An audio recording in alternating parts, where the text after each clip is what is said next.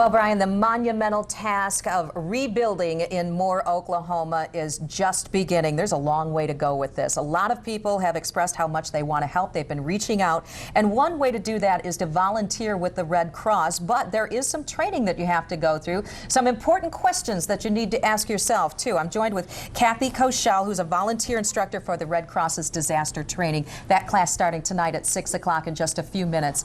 Tell us a little bit more about the people that show up for these kinds of sessions. They see what happens in some place like Oklahoma and they immediately want to help.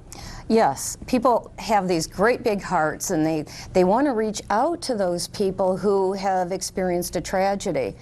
But before you can do that, you really have to be prepared for what you're going to see and how you can help properly.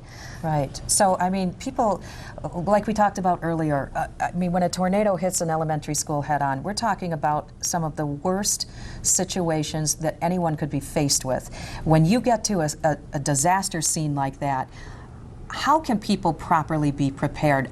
Do they even have what's in their personality to be able to handle something like that?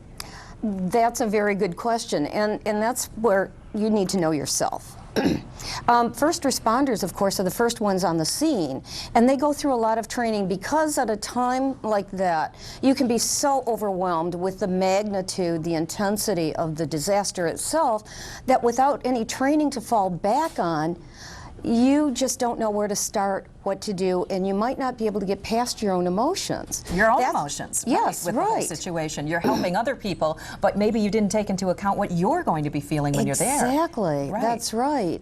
And so training helps you bring to a conscious level yourself and how you might respond, and gives you the training to deal with some of your own emotional responses, as well as what to do to help in that particular disaster. And you've told me, too, that when some people come home, they have to deal with post-traumatic stress. That's absolutely right, because you go in, you're working long 12-hour days, day after day, and you're dealing with things you don't normally deal with in real life.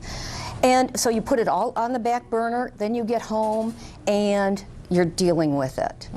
And some of the stuff can be really traumatizing. Sure. So it's something you have to be aware of. That's, of course, what we'll be talking about in the training session tonight. I'll be going through that session. It starts at 6 o'clock, goes till 10 o'clock, and tonight I'll have a story for you about what it was like and what I experienced going through that class. Kathy Koschel, thank you so much for joining me. I appreciate it. Well, thank you for having me. We'll have your forecast right after this break.